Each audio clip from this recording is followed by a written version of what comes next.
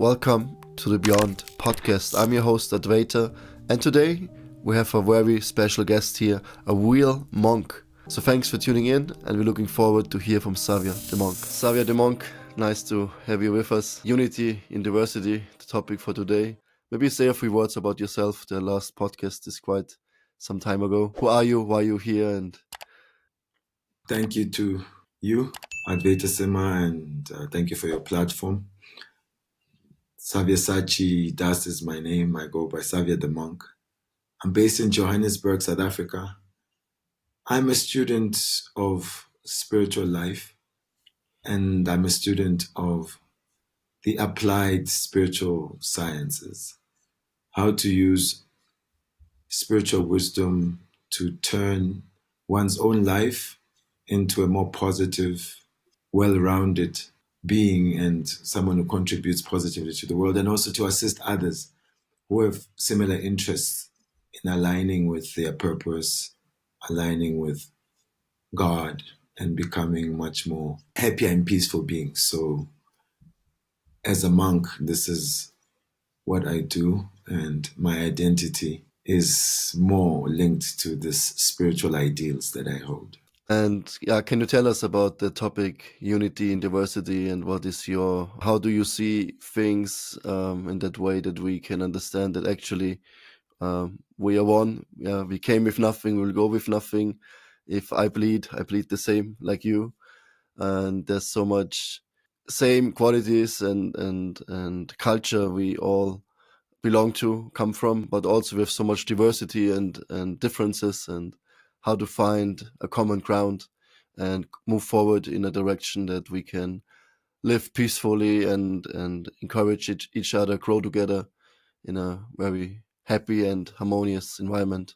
It's an important topic to discuss because, as you've rightly put it out there, that there is a need for finding common ground, even amidst the different ideals we hold, philosophies, the different backgrounds we come from, racially, educationally, culturally.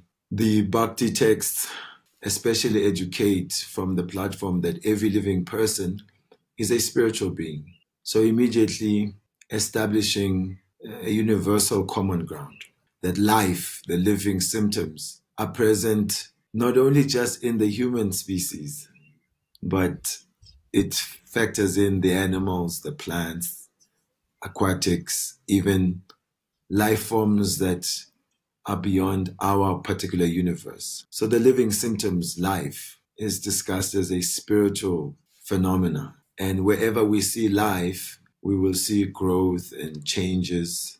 We will see that there's an experience of the environment, either positively or negatively.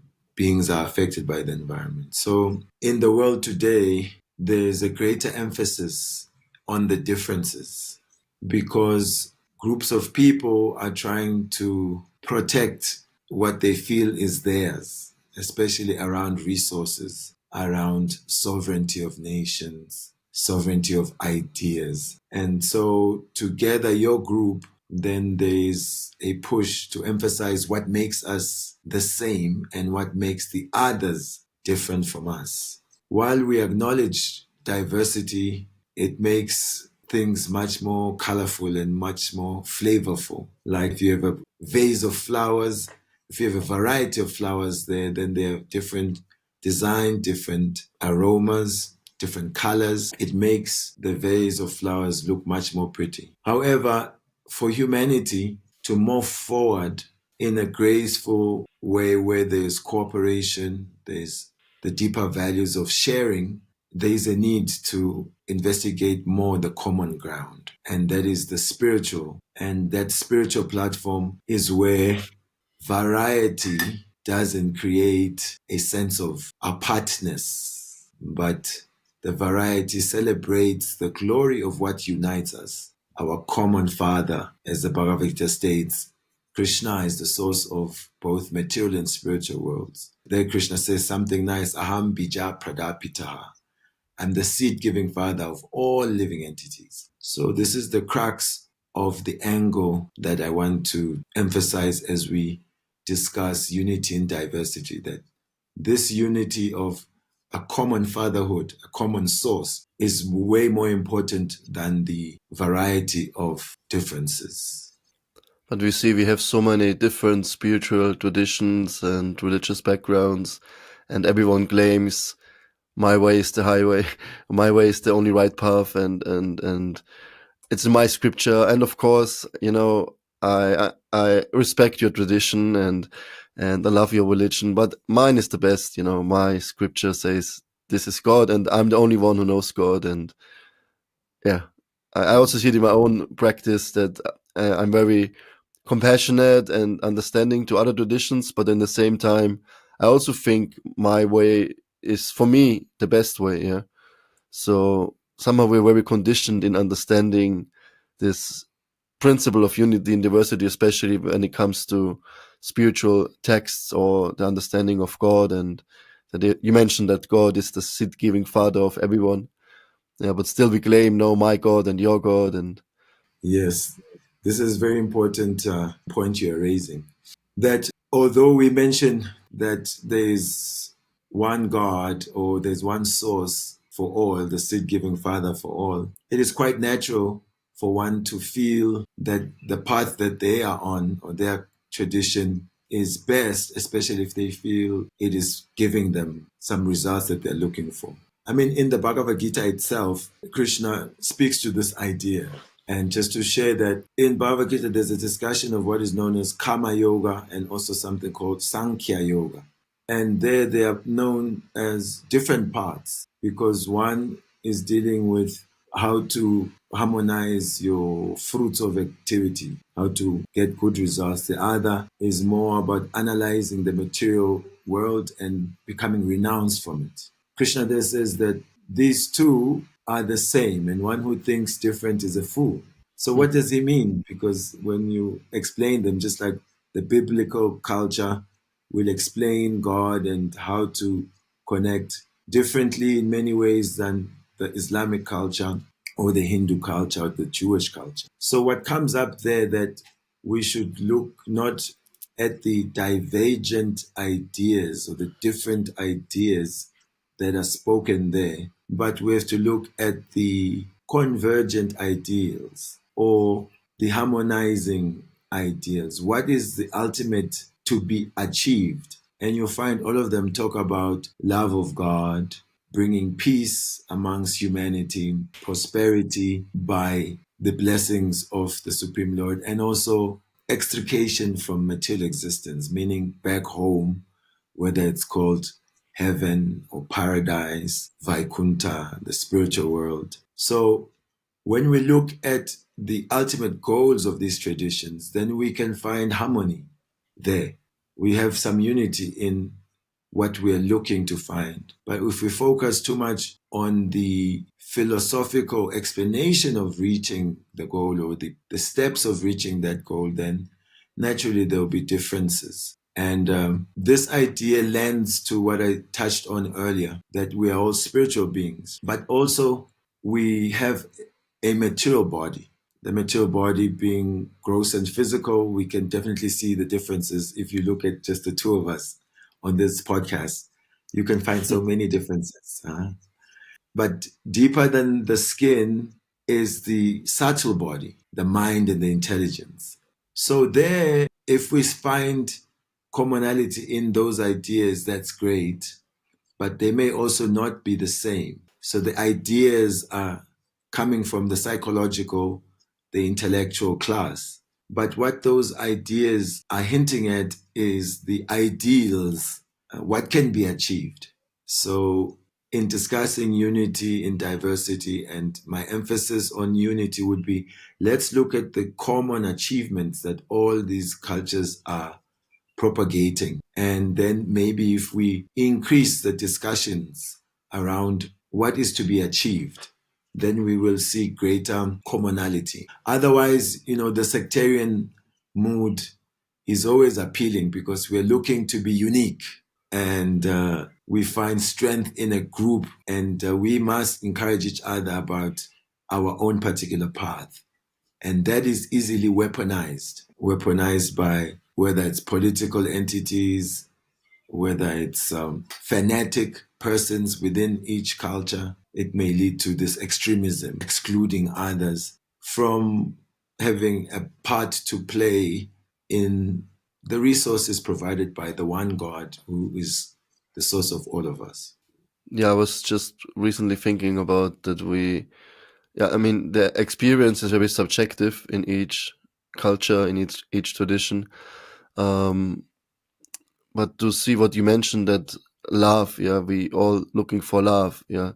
Um, doesn't need to be love to God, just to experience happiness and joy but then on a higher level we want to experience, I mean, especially in if you follow some spiritual path, you want to experience love with the divine, yeah, experience God and have a relationship. um Ultimate, it's the highest purpose in life. Everyone wants to give and experience and exchange and yeah, love, yeah. So Yeah. what is your understanding about love? Because it's just such a word. Yeah, I love you, and I say it to my family all the time. They say it to me, to my friend, you know. But what is the deeper meaning of love? What is this combining factor, this unity we can find? Love, in the mature application of it, is what is known as lust, in that it is mainly based on what I will get out of any interaction. And it is not so selfless. But we see aspects of the spiritual principle of love in just like the exchange, a parent to a child. There's a current that just flows naturally from the heart towards the children. We want to protect and serve them and give them the very best that is available. So it's a point where, without proper education, we mistake lust for love and we become disappointed. Something that had the flavor and like a wolf dressed in sheep's clothing. It feels like it is what I'm looking for, but then later on it shows itself to be less than what we desire. Therefore, the concept of love, when it is not seen in its complete position as a spiritual energy of the heart, which flows especially towards the most ideal person. And when it is flowing towards the most ideal person, God, then there's knowledge that every living being, every moving, non-moving entity, all energies flow from this one divine person whom I adore. Then I treat everything and everyone with the same affection that flows from my heart to the source of all these energies. But when we remove the source of all energies from the picture, then we look at everyone and everything with a spirit of personal gratification, personal enjoyment, and the mood of exploitation can also grow. Or we are in business with others, that I do something for you because I want something in return. And these concepts are definitely not part of what love is. So um you mentioned also before separation and yeah, this in politics, but everywhere we see this, yeah. And I just recently talked about a topic, the age of Kali, yeah, the age of Mm. quarrel, hypocrisy, the dark age. And I mean, the diversity actually comes from there, yeah, that we, first of all, we identify with something we are not, yeah, the body, the mind, my country, my family. And but then we go so deep that we always want to have the best. You mentioned you. We always. I want to be the best. I want to have the best. My religion needs to be the best. My family needs to be the best. My income, yeah. And so, how can we really, yeah, on a spiritual level, but also on a material level, emotional level, how can we really find common ground, yeah, in this age of separation, yeah? We're separated from us, from God, from ourselves, from our neighbors. How can we really unite, yeah, find unity? It starts with, as they say, if you can try to put yourself in the shoes of the other. We consider the things that make me happy, the things that I want for myself. Try to think that someone else also may want the same things, and therefore consider how my life is allowing others to also have what I consider the best for my life. So that is one thing one can consider, that there's commonality in things that cause us pain. We are going through the same conditions of bad weather. If it's cold for everyone. Everyone needs a warm jacket or some heat in the room. Hunger. I know the feeling of hunger, and I can think about hunger in other bodies, disease. These things are affecting everyone. They are democratic.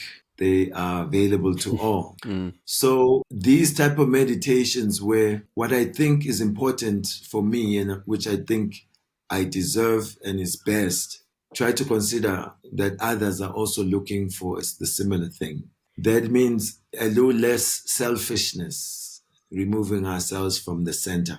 Then higher, like we said, that there is the mind and the intelligence, and that is the realm of ideas, a realm of thought.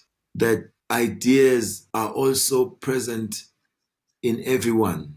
And all these ideas that people have and philosophies they propound are aiming at increasing the physical comforts and happiness, how to harness more from material nature for the prosperity of certain groups. So if they are not shared, if there's no common basket of ideas to serve us as a species, even humanity, then we're missing out. And higher than the mind and intelligence is the spirit, the actual experiencer of this external environment. So deep unity is necessarily found on the spiritual platform, meaning lasting, because the spirit is an eternal position.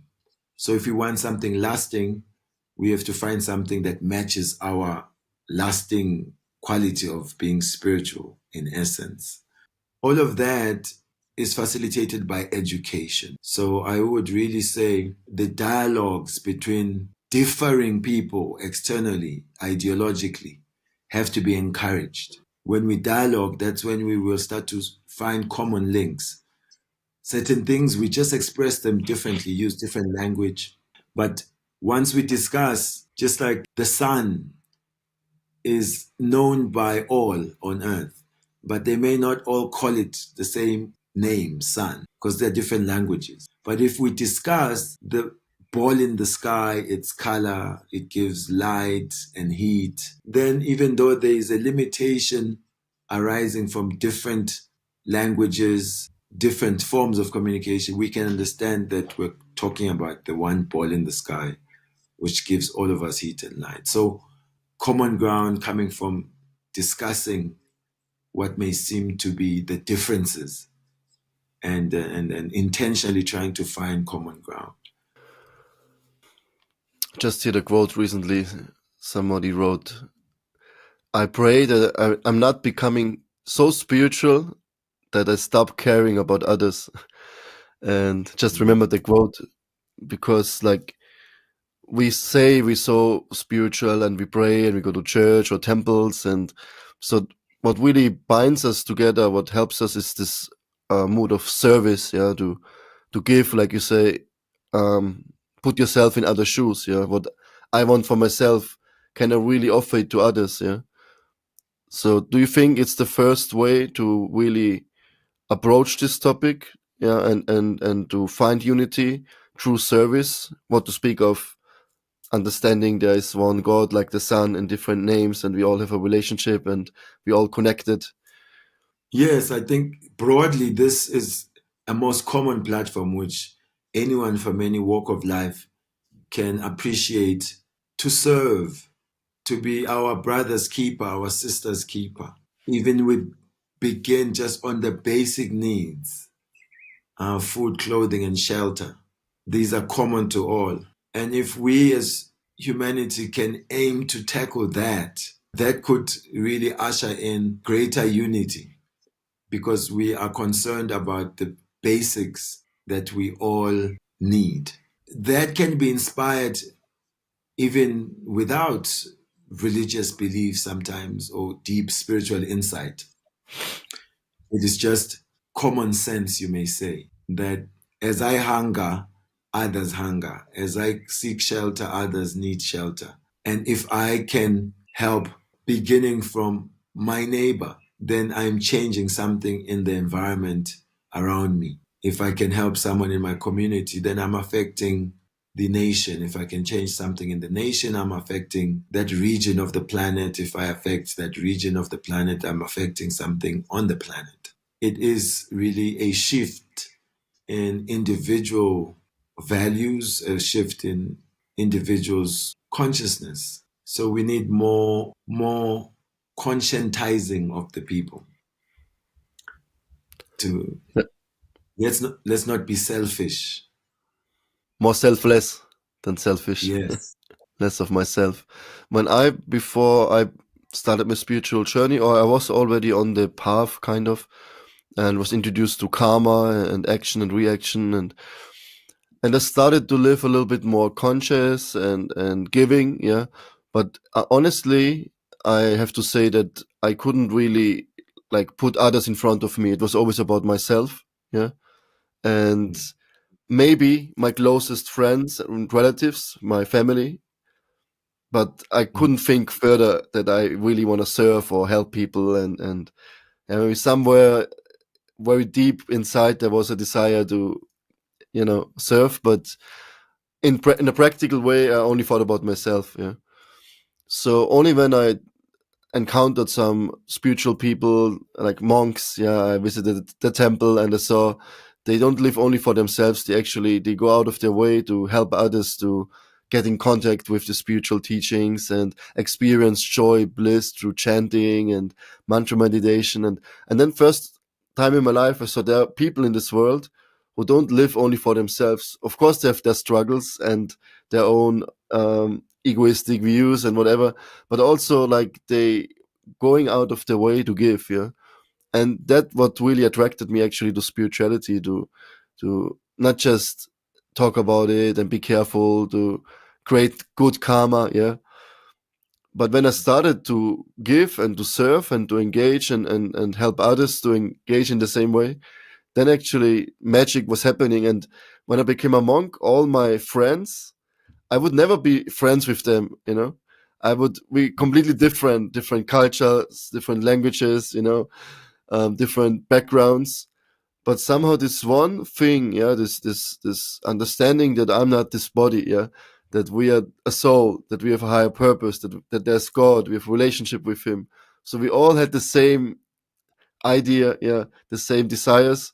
So that what bound us, yeah, that what made friendship and brought us close together. Even now, I don't see them so many times anymore, but still, you know, so we can actually see through service and being conscious and living together in the same environment, association.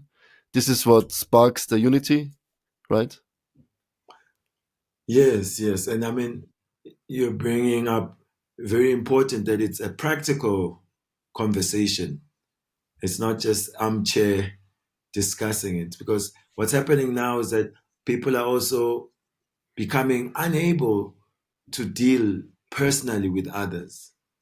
There's so many environments that are being created, especially in the online world, artificial environments for interacting, which, if individuals aren't sufficiently trained in personal dealings and being sensitive to the personhood of others, the spirit of serving a person and being sensitive to the feelings of others may be lost because we start to see them impersonally.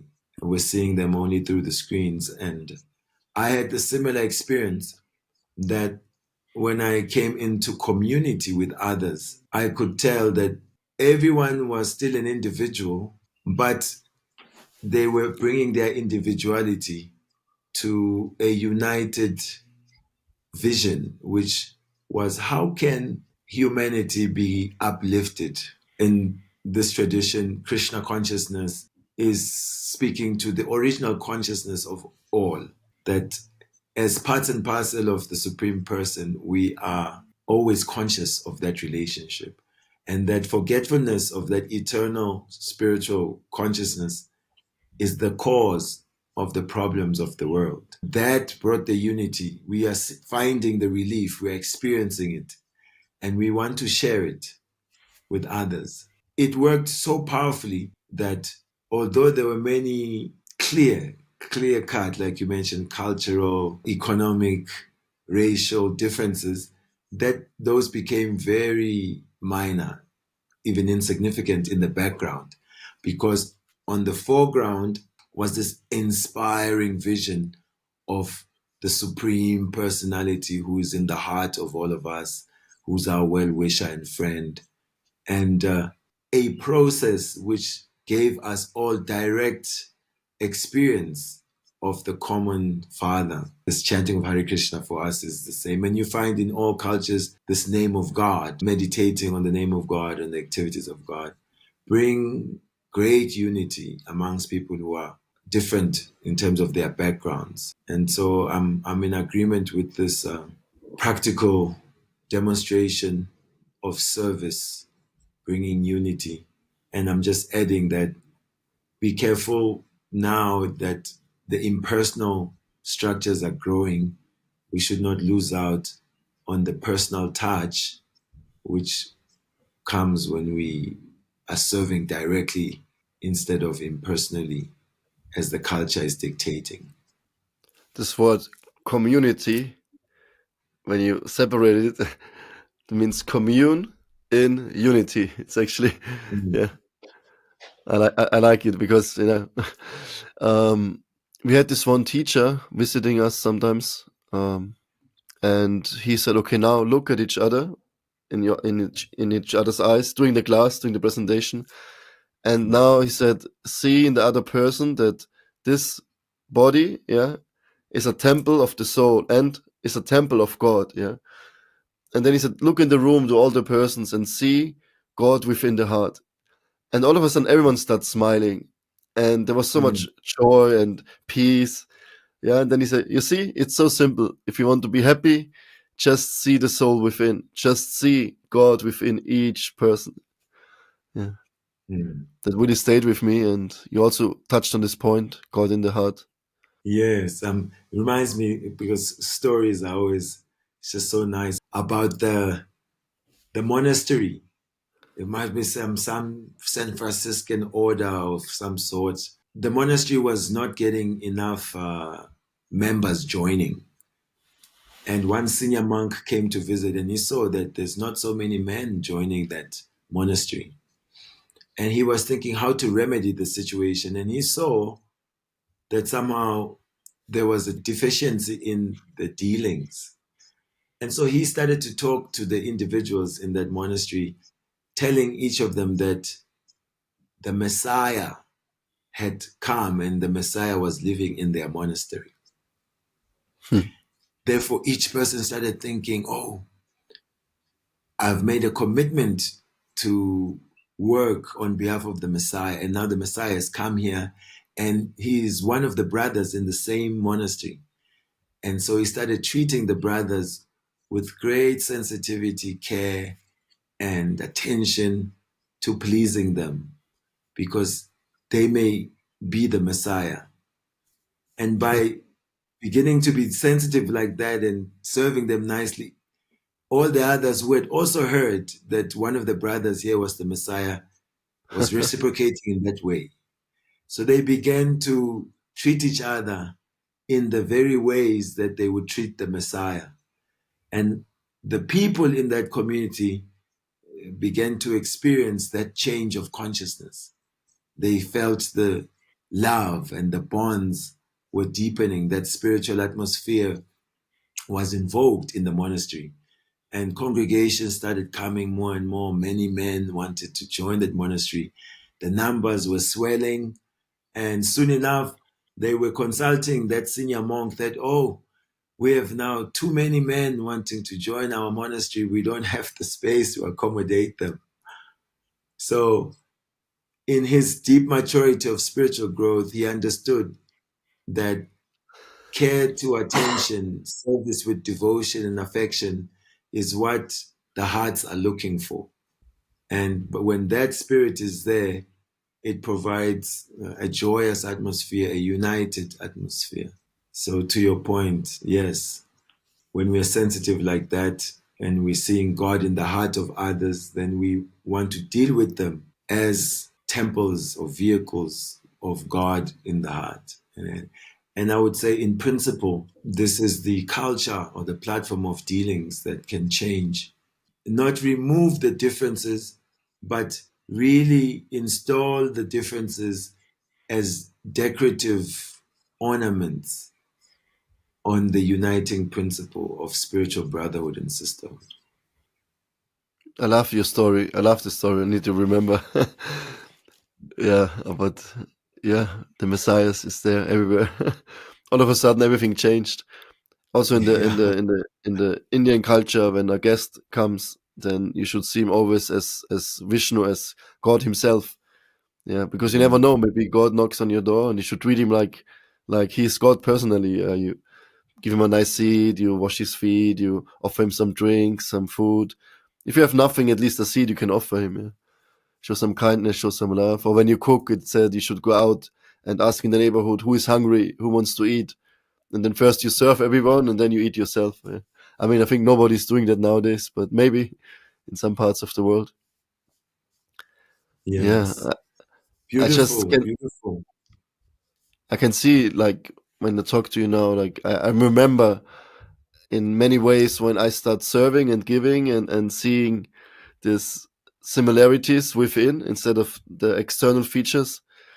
Then when life becomes actually full of joy and love and so that's Yes. the key to look behind.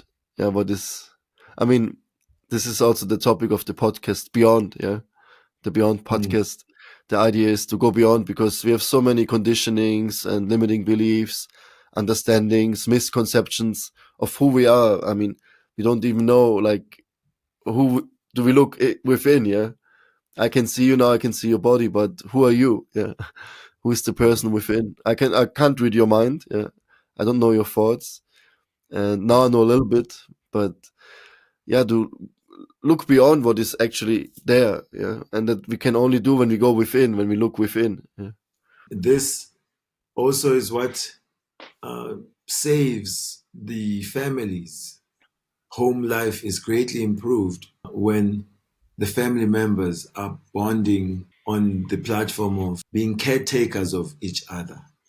Spouses, when they are looking how to make the life of my partner much more conducive for their actual spiritual needs to be fulfilled. And looking also within to see what qualities in them I can enhance or reinforce or highlight. And this is said to be the attitude of Krishna, that Krishna is not so focused on the faults in his parts and parcels, but he is looking for even a spark of any good quality that will help that living being to blossom in his relationship with him. And he tries to fan that spark. So, this unity and diversity topic also can help in resolving conflicts, because when there's conflict, we immediately take that one thing that we don't agree with and we make it 100% the issue. But if we just turned it around and took that as just like 0.1% or 2% of what is not gelling, and then we focus on what is the common ground already. Like, say, in a family, husband and wife, they already share so many things: resources, home, children, family members, so many things. But when conflict comes, if they just focus on that small thing that has created conflict and forget the bigger side of what has brought them together, then things fall apart. So unity always is key to the thriving of the living being. And the greatest unifier is the greatest being, the Supreme Lord, the source of all of us and all of the energies we're dealing with in the world. So I'm glad we are musing around this topic. I can totally relate. Um, Relationship with my wife. Yeah, like small things, and then we get caught up in a big fight instead of turning it around and seeing the good things, the good qualities, and or even to feel okay, why is she reacting in that way? Because I triggered her in a way she doesn't like, or the other way around, and yeah, it's really very helpful for me. Yeah, I can see we can easily slip and forget actually, yeah, all the good things, all the unifying factors in life. And what is your practical way in your life, in your daily life, to see the unity and diversity in others? And yeah, how is your lifestyle? How do you express this topic in your own life? I always am trying to see how did the saint that is saving me, in this case, Srila A.C. Bhaktivedanta Swami Prabhupada, who brought this order of monkhood that I'm in, what was his vision about me and the world? Then I see that in him, he didn't think of his own welfare and feelings. He considered the desires of his spiritual master and previous saints, that they want to benefit the whole world with this wisdom of Krishna, which creates unity in society and in the world. So when these issues that can easily cause division and conflict and give me an excuse to not fight for uniting, when they come up, I think, how would he look at this situation? And then I can calm my selfishness, because they know very quickly the mind says, just save yourself from this. You don't need this. You can just focus on yourself and your needs. Of course, there needs to be a healthy balance in also considering if you are nourished enough to continue fighting the good fight to keep the unity in diversity. But I look at Srila Prabhupada, and then I remember a story that he himself, he was installing some deities in Amsterdam, and things were not done right, and he was upset on behalf of the Supreme Lord that the Lord's service wasn't done right. And in that divine anger and agitation, one new person who knew that the solution to happiness and peace and feeling greater connectivity was chanting Hare Krishna, told Prabhupada that, Swami, you look angry. Why don't you chant Hare Krishna?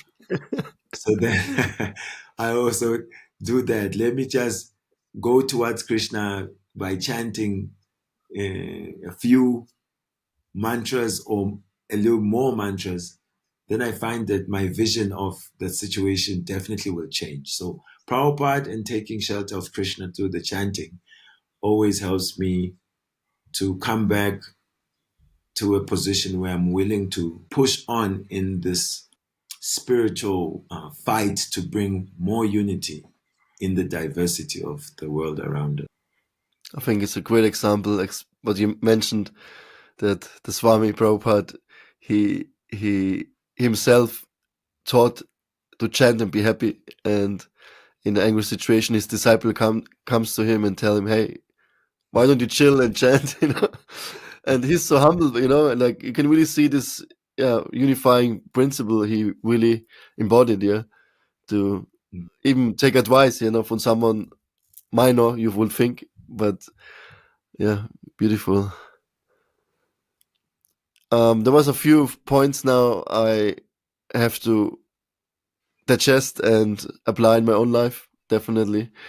Um, I always forget actually who I am and who the other people are, yeah, and easily criticize because looking in the external and you look like this today, you have a hat. But people might think, why is wearing a hat in a podcast? No, but you're cold. It's cold there, and it's practical, and yeah, it's just, yeah, it's a good way to start. And then what can I do in a practical way? Yeah, to serve. What can I do for you, Savya the monk, Mm. to make you more happy? Tell me. I will do it. I Yes, will do it.